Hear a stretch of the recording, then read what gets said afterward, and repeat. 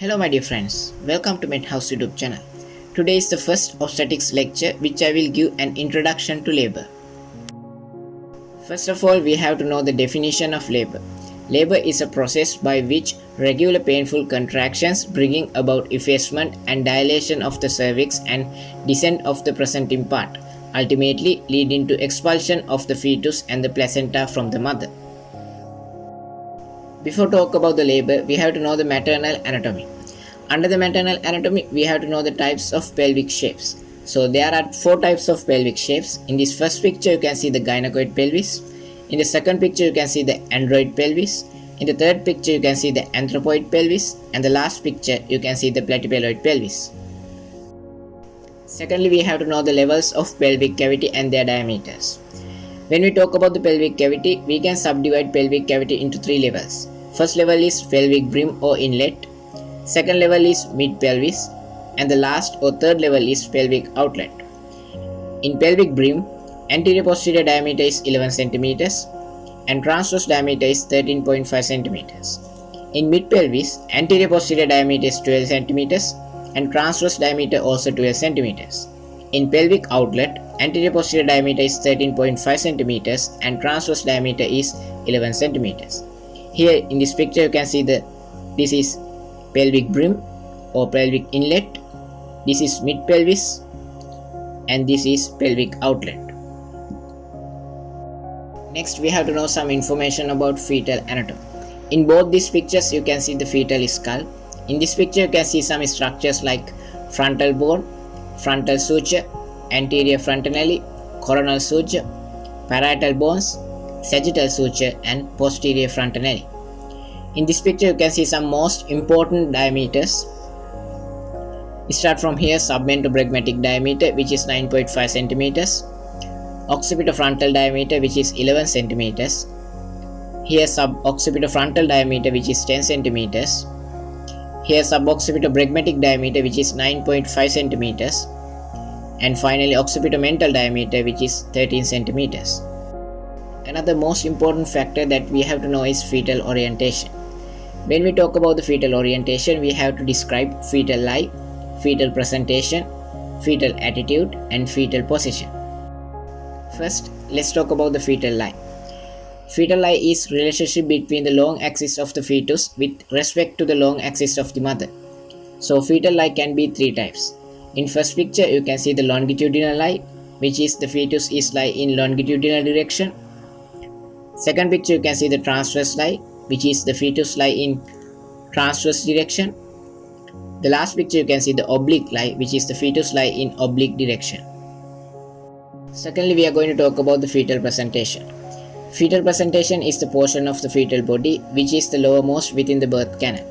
So fetal presentation can be cephalic presentation, in which lowermost part of the fetal body is fetal head.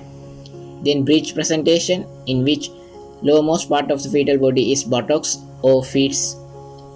And finally shoulder presentation, in which lowermost part of the fetal body is fetal shoulders. Again we can classify cephalic presentation into vertex presentation, sinciput presentation, brow presentation and face presentation. In vertex presentation, the diameter of the fetal head is suboccipitobregmatic diameter which is 9.5 cm. In sinciput presentation, the diameter of the fetal head is occipitofrontal diameter which is 11 cm. In brow presentation, the diameter of the fetal head is mentovertical diameter which is 13 cm. And finally face presentation, the diameter of the fetal head is submentobregmatic diameter which is 9.5 cm. Again breech presentation also classified like frank breech, complete breech and incomplete or footling breech. Now we are going to talk about the fetal attitude. Fetal attitude is the relationship of the head of the body of the fetus to one another.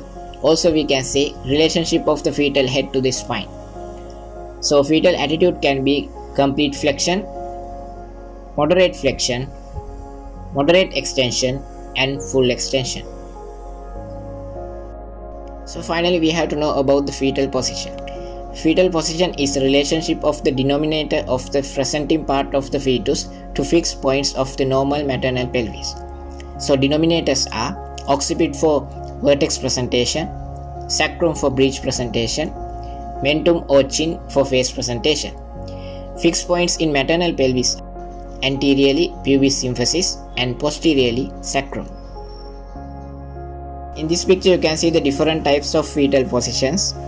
So here the reference point or the denominator is occiput part and the presentation is vertex presentation.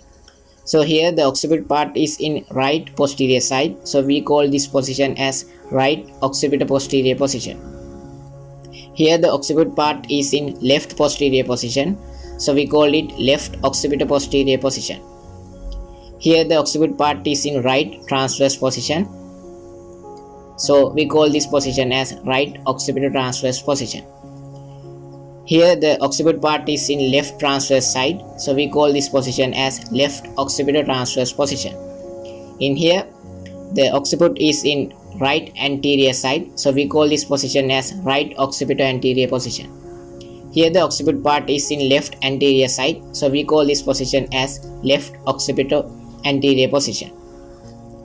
In both these pictures you can see the face presentation. So in face presentation the denominator is mentum or the chin.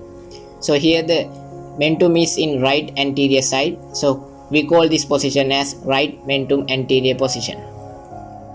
Here the mentum is in right posterior side, so we call this position as right mentum posterior position.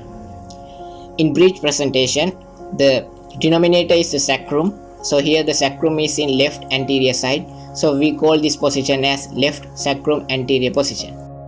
Here the sacrum is in left posterior side, so we call this position as left sacrum posterior position.